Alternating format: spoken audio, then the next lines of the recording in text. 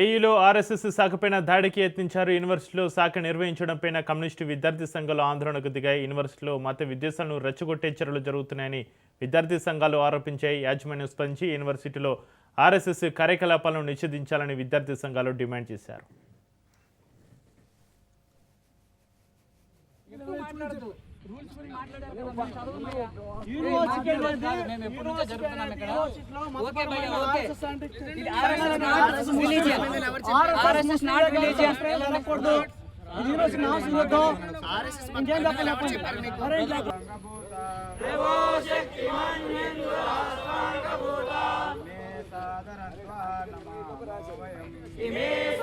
University కాని వాళ్ళు తక్షణమే బయటికి వెళ్ళాలి.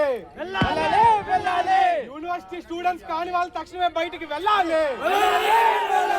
యూనివర్సిటీ స్టూడెంట్స్ కాని వాళ్ళు తక్షణమే బయటికి వెళ్ళాలి. యూనివర్సిటీలో మతపరమైన ఘర్షణలు సృష్టించడానికి ప్రయత్నించడం సిగ్గుసిగ్గు. యూనివర్సిటీలో మతపరమైన ఘర్షణలు తేడా తక్షణమే బయటికి వెళ్ళాలి.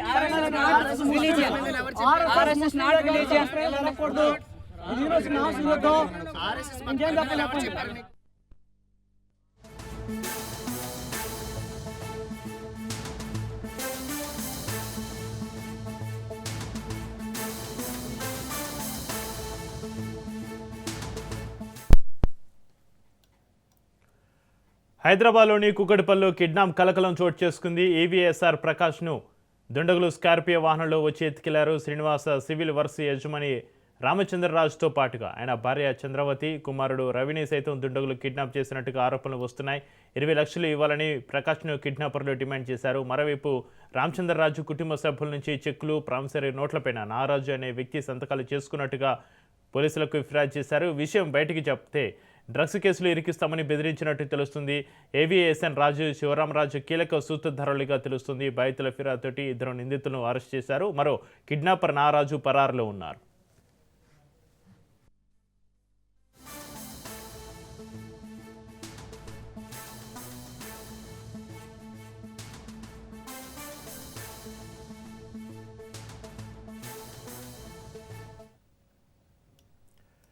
హైదరాబాద్లోని కుకట్పల్లిలో కిడ్నాప్ కలకలం చోటు చేసుకుంది. ఏవీఎస్ఆర్ ప్రకాష్ను దుండగులు స్కార్పియో వాహనంలో వచ్చి ఎత్తుకెళ్లారు. శ్రీనివాస సివిల్ వర్క్స్ యజమాని రామచంద్రరాజుతో పాటుగా ఆయన భార్య చంద్రవతి, కుమారుడు రవిని సైతం దుండగులు కిడ్నాప్ చేసినట్టుగా ఆరోపణలు వస్తున్నాయి.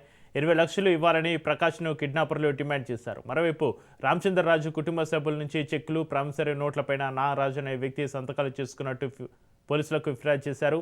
విషయం బయటికి చెప్తే డ్రగ్స్ కేసులు ఇరికిస్తామని బెదిరించినట్టు తెలుస్తుంది. ఏవీఎస్ఎన్ రాజు, శివరామరాజు కీలక సూత్రధారులుగా తెలుస్తుంది. బాధితుల ఫిర్యాదుతోటి 2 నిందితులను అరెస్ట్ చేశారు. మరో కిడ్నాపర్ నారాజు పరారులో ఉన్నారు.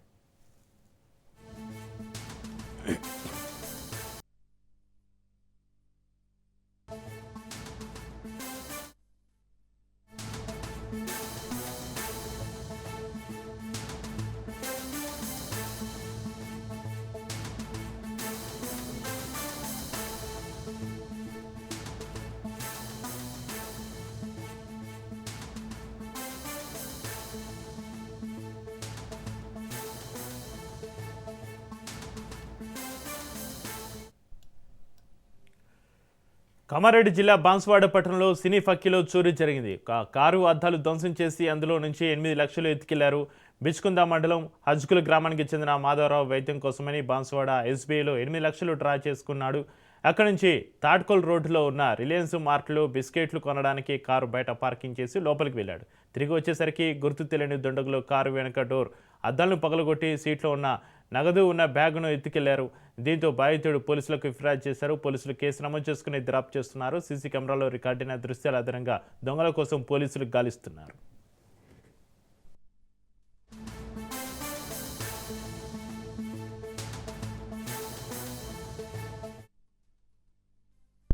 అవసరాల నిమిత్తము డ్రా చేసుకున్నాడు. తర్వాత రిలయన్స్ దగ్గర పోయి షాపింగ్ చేద్దామని చెప్పి కారు బయట పార్క్ చేసి షాపింగ్లోకి పోయింది. అదే టైంలో అతను వాచ్ చేస్తున్న ఆ గుర్తు తెలియని దొంగలు ఆ కారు గ్లాస్ పగలగొట్టి అందులో ఉన్న 8 lakhs రూపీస్తో ఉన్న బ్యాగ్ను దొంగతనం చేసి తీసుకుపోవడం జరిగింది. దాని మీద కేసు రిజిస్టర్ చేసినాం. మాకు క్లూస్ ఉన్నాయి, తప్పకుండా వాళ్ళని పట్టుకుంటాం. సీసీ ఫుటేజ్ ఉంది, ఇంకా మాకు వేరే క్లూస్ కూడా ఉన్నాయి. అది తప్పకుండా తొందరగా పట్టుకొని న్యాయం చేస్తాం. కేతనపల్లి రాళ్లదాడి ఘటనలో మాజీ ఎమ్మెల్యే బాల్క సుమన్పైన కేసు నమోదైంది. సుమన్తో పాటుగా 5 బీఆర్ఎస్ నేతలపైన కేసులు నమోదయ్యాయి. ఎస్ఐ గంగారం ఫిర్యాదు మేరకు పోలీసులు కేసు నమోదు చేశారు. పోలీసుల విధులకు ఆటంకం కలిగించడం, రాళ్లదాడి, మంత్రి వివేక్ కాన్వాయ్పైన దాడి నేపథ్యంలోన కేసు బుక్ చేశారు. ఇక దాడిలో ఎస్ఐ రాజశేఖర్, కానిస్టేబుల్ రాకేష్కు గాయాలయ్యాయి. ఇవాళ కేతనపల్లి బంద్కి బీఆర్ఎస్ పిలుపునిచ్చింది. మళ్ళీ క్యాంపుకు బీఆర్ఎస్ సభ్యులు తరలి వెళ్లారు.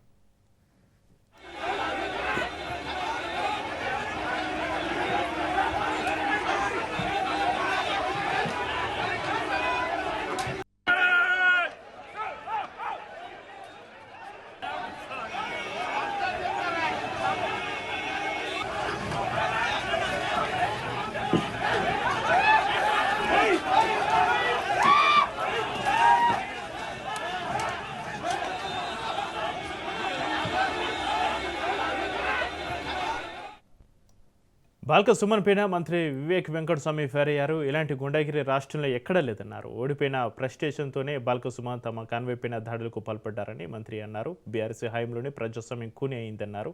కాంగ్రెస్ హయాంలో అంతా ప్రజాస్వామ్యబద్ధంగానే ఎన్నిక జరిగిందన్నారు. చైర్మన్ ఎన్నిక కూడా ఎలాంటి గొడవలు లేకుండానే జరిగింది అన్నారు.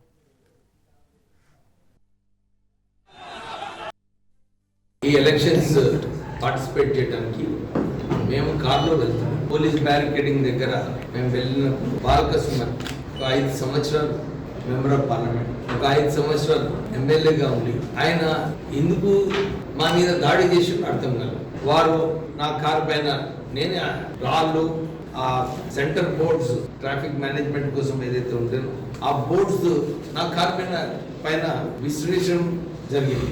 అసలు మేము అక్కడ పోయినప్పుడు స్ట్రేట్ పోతున్నాం, మేము ఎక్కడ గొడవ లేదు, ఏం లేదు యాక్చువల్లీ. కానీ ఆయనని రాళ్ళు తీసుకొని కుట్టడం, పాపము ఆ గొడవలో ఒక పోలీస్ కానిస్టేబుల్ కి గాయాలయ్యి పాపం 8 సూచనతోని ఆయన హాస్పిటల్లో 2 గాయాలు జరిగినాయి.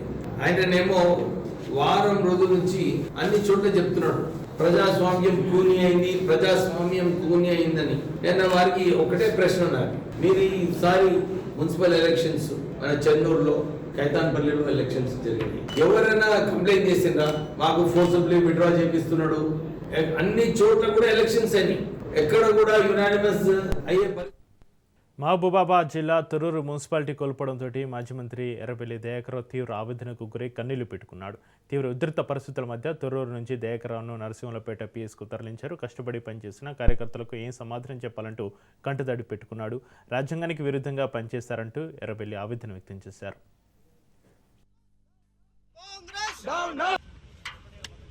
జై తెలంగాణ, జై తెలంగాణ, జై తెలంగాణ. వర్ధిల్లాలి కేసీఆర్ గారి నాయకత్వం, వర్ధిల్లాలి కేసీఆర్ గారి నాయకత్వం. Congress down, Congress down, Congress down. జై తెలంగాణ, జై తెలంగాణ, జై తెలంగాణ. వర్ధిల్లాలి కేసీఆర్ గారి నాయకత్వం, వర్ధిల్లాలి కేసీఆర్ గారి నాయకత్వం. Congress down, Congress down, Congress down. జై తెలంగాణ, జై తెలంగాణ, జై తెలంగాణ. నిర్మల్ జిల్లా ఖానాపూర్ మున్సిపల్ చైర్మన్ ఎన్నిక మరోసారి వాయిదా పడింది. కోరం లేకపోవడంతో ఎన్నిక వాయిదా వేశారు అధికారులు. రెండో రోజు ఎన్నికకు బీఆర్ఎస్, బీజేపీ కౌన్సిలర్లు గైరు హాజరయ్యారు.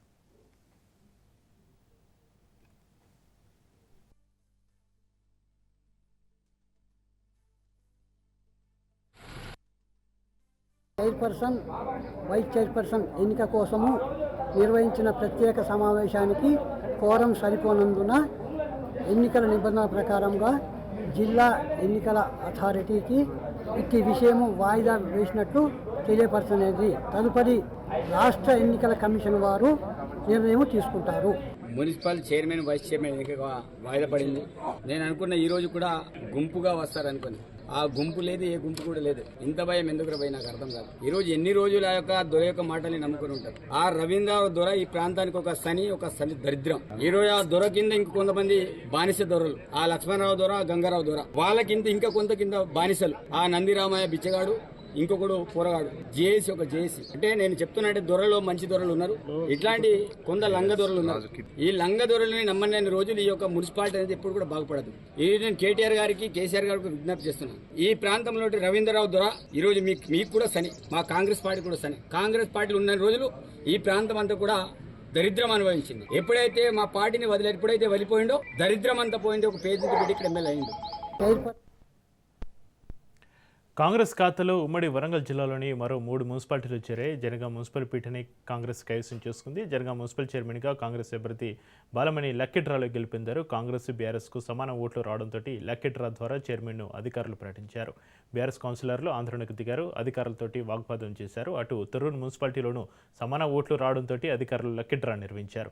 డ్రాలో కాంగ్రెస్ అభ్యర్థి తూనం శ్రావణ్ గెలుపొందారు. ఇక డోర్నకల్ మున్సిపాలిటీని కాంగ్రెస్ కైవసం చేసుకుంది. డోర్నకల్ చైర్మన్గా రాజకుమారి గెలుపొందారు.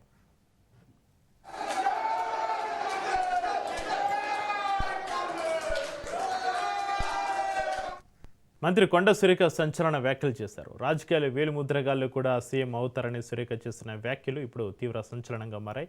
ఎంతో కష్టపడితే కానీ ఐఏఎస్, ఐపీఎస్లు కాలేరని, ఎంత కష్టపడి ఐఏఎస్, ఐపీఎస్లు అయినా చివరికి తాము చెప్పింది వినాల్సిందేనని కొండ సురేఖ అన్నారు. ఫారెస్ట్ కాలేజ్ అండ్ రీసెర్చ్ ఇన్స్టిట్యూట్లో ఏర్పాటు చేసిన 10వ వార్షికోత్సవ వేడుకల్లో మంత్రి కొండ సురేఖ ఈ వ్యాఖ్యలు చేశారు.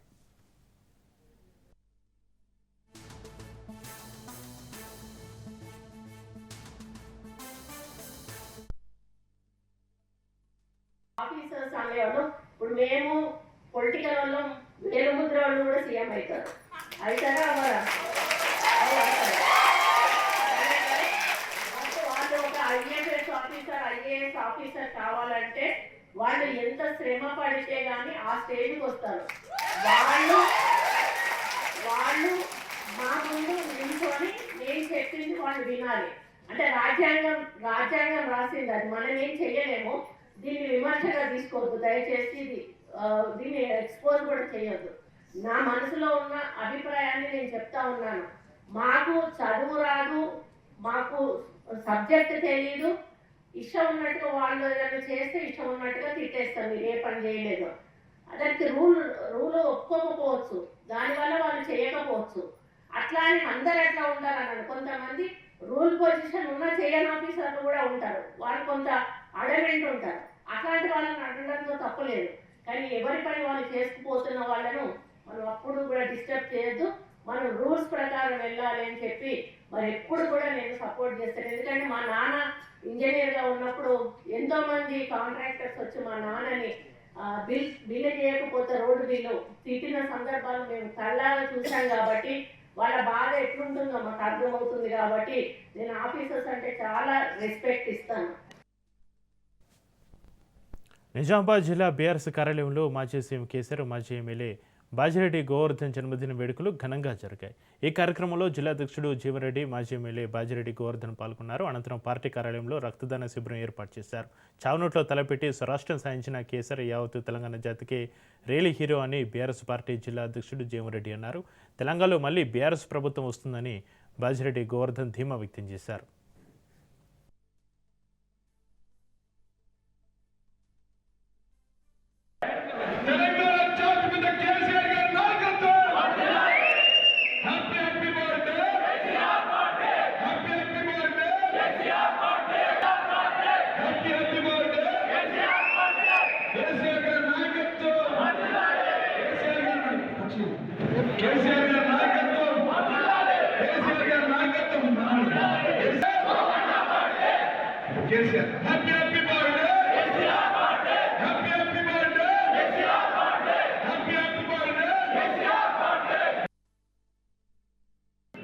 కర్త కర్మ క్రియ భారతదేశ పటంలోనే తెలంగాణ చిత్రాన్ని ఉంచినటువంటి తెలంగాణ తొలి ముఖ్యమంత్రి కేసీఆర్ గారి యొక్క 72వ జన్మదిన సందర్భంగా నిజామాబాద్ జిల్లా అంతా ఒక పండుగ వాతావరణం అయింది.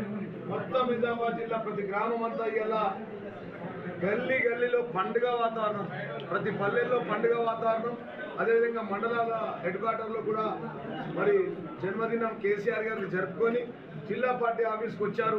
ఇవాళ దాదాపుగా వేలాది మందికి తరలి వచ్చి ఇక్కడ మరి 72 సంవత్సరాల సందర్భంగా 72 కిలోల కేకును కట్ చేయడం జరిగింది.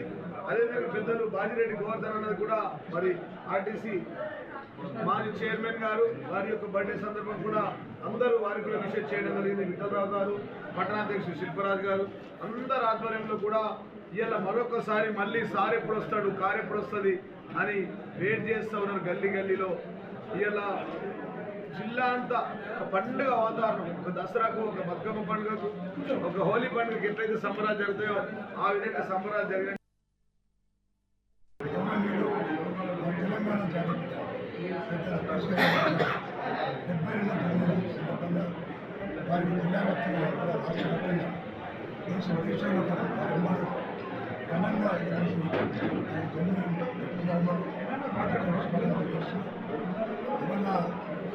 ప్రజలు కేసీఆర్ కోరుకుంటున్నారు.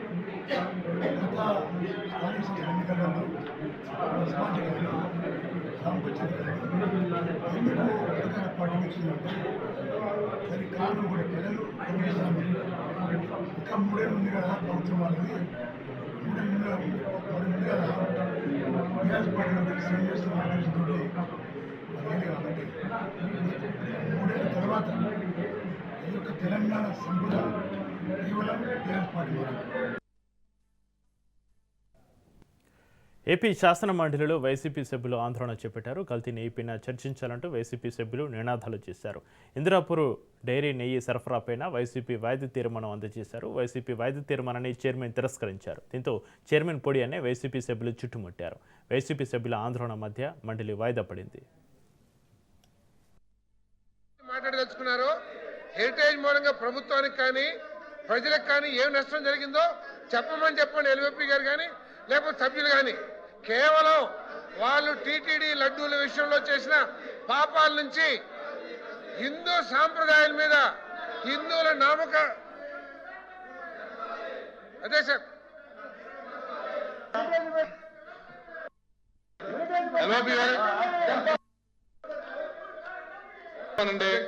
అలా కాదండి. ఇప్పుడు వేరే పార్టీ మాట్లాడినప్పుడు మీరు గొడవ చేసి ఎల్వీపీ గారు మాట్లాడినప్పుడు మీరు పోడియం మీద ఉండి సౌండ్ లేకుండా ఉంటే అది నేను ఎలా చేయను. మీరు దిగండి,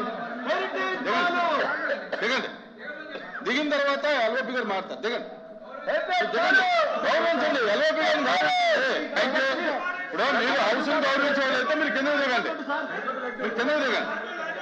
దిగండి.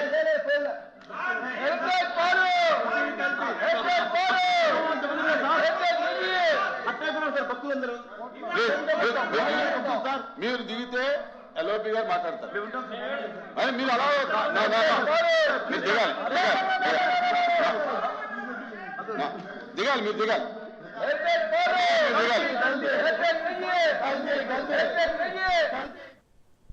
దేవదేవుడి ప్రసాదంపైన చంద్రబాబు లేనిపోని ఆరోపణలు చేశారన్నారు వైసీపీ ఎమ్మెల్సీ బొత్స సత్యనారాయణ.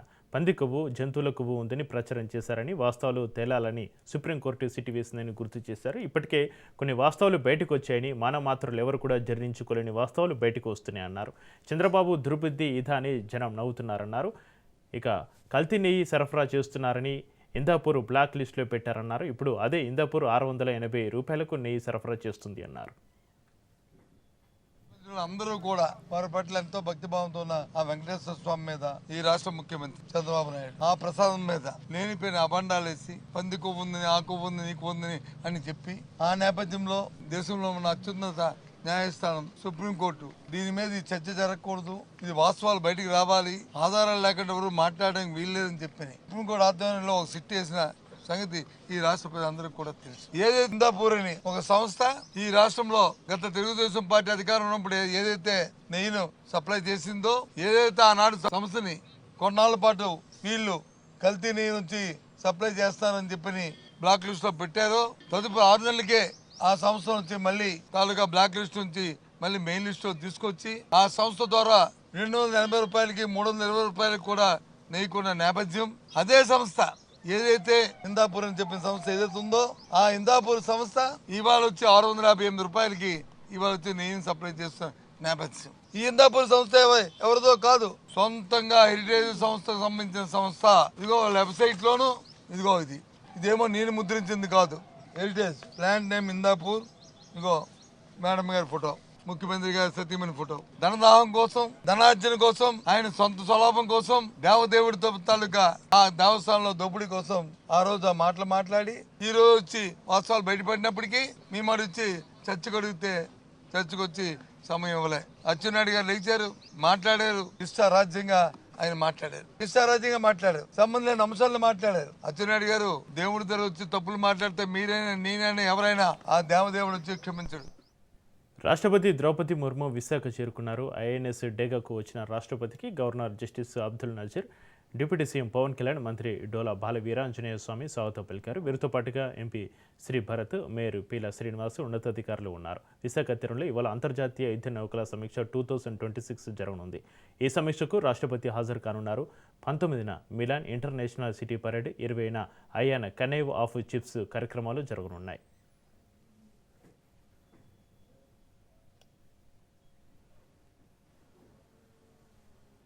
అన్నమయ్య జిల్లాలో దారుణం జరిగింది. అదృశ్యమైన 7 ఏళ్ల బాలిక హత్యకు గురైంది. బాలికను హత్య చేసి డ్రమ్ములో పెట్టాడు నిందితుడు. మదనపల్లిలోని నిరుగట్టు వారిపల్లిలో ఈ ఘటన జరిగింది. చిన్నారి హత్యపైన స్థానికులు బగ్గుమంటున్నారు. మృతదేహాన్ని తరలించకుండా స్థానికులు అడ్డుకున్నారు. నిందితుడు కులవర్ధన్ను అప్పగించాల్సిందేనని స్థానికులు పట్టుబట్టారు. నిందితుడిని అప్పగించి మృతదేహాన్ని తీసుకెళ్లాలని స్థానికులు తెలిపారు. 4:30 కాడ ఆ పాప సైకిల్ తొక్కి ఆడుకుంటా ఉంటే పిలిచి లోపలికి పిలుచుకొని ఒక దుర్మార్గుడు, ఒక దుష్టుడు, వయసుకు కూడా మర్యాద ఇవ్వకుండా ఒక పసి బిడ్డని ఎత్తుకొని పోయి, వాడు కూతురుతో సమానం ఉండే బిడ్డని, ఆడుకునే బిడ్డని ఎత్తుకొని పోయి వాళ్ళ నాన్నకు కూడా ఫోన్ చేశాడంట. మీ కూతురు సైకిల్ ఎవరో ఎత్తుకున్నారు, ఏడుస్తాను మీరు అంటే వస్తానని చెప్పినాడు. వాళ్ళమ్మ వచ్చి ఎవరో డెలివరీ అయ్యింటే బాబు కాలనీలోకి పోయిందంట. నిన్న 4:30కి ఇంట్లో పిలుచుకొని పోయి వాడు అమాచ్యంగా ఆ పాపని అసహ్యంగా చేసి ఎక్కడ నిజం చెప్పేస్తుందా అన్న భయంతో ఆ పాపను పీసులుగా కోసి డ్రమ్ములో మూత పెట్టేసింది. పోలీసు వాళ్ళు బిడ్డ కనబడలేదని తారాడుతుంటే డ్రమ్ములో ఉండే బిడ్డని ఏ తల్లైనా ఏ తండ్రి అయినా ఎవరు చూస్తారు, ఎట్లా కనబడతారు, వాళ్ళకి తెలియలేదు డ్రమ్ములో ఉండదు. వాడింట్లోనే డ్రమ్ములో పెట్టేసినాడు. వాడు లోపల ఉన్నాడు, తలుపు కొట్టినా కూడా తీయలేదంట. తర్వాత వీళ్ళంతా ఎతికితే తెల్లవారుజామున పోలీసు వాళ్ళు వచ్చి హ్యాండ్ ఓవర్ చేసుకున్నారు. వాళ్ళు హ్యాండ్ ఓవర్ చేసుకున్నాక ఒక్కడే ఉన్నాడంట ఇంట్లో, ఎవరూ కనబడలేదంట. ఎక్కడా కనబడలేదు ఏంటని చెప్పి పోలీస్ కుక్కలు పిలుచుకొని వస్తే ఆ ఇంట్లో డ్రమ్ము కాడ పోయి నిలబడితే కుక్కలు డ్రమ్ము మూత తీస్తే పీసులు లోపల ఉంది. ఆ దృశ్యాన్ని చూసి ఆ తల్లిదండ్రులు అక్కడే కూలిపోయినారు.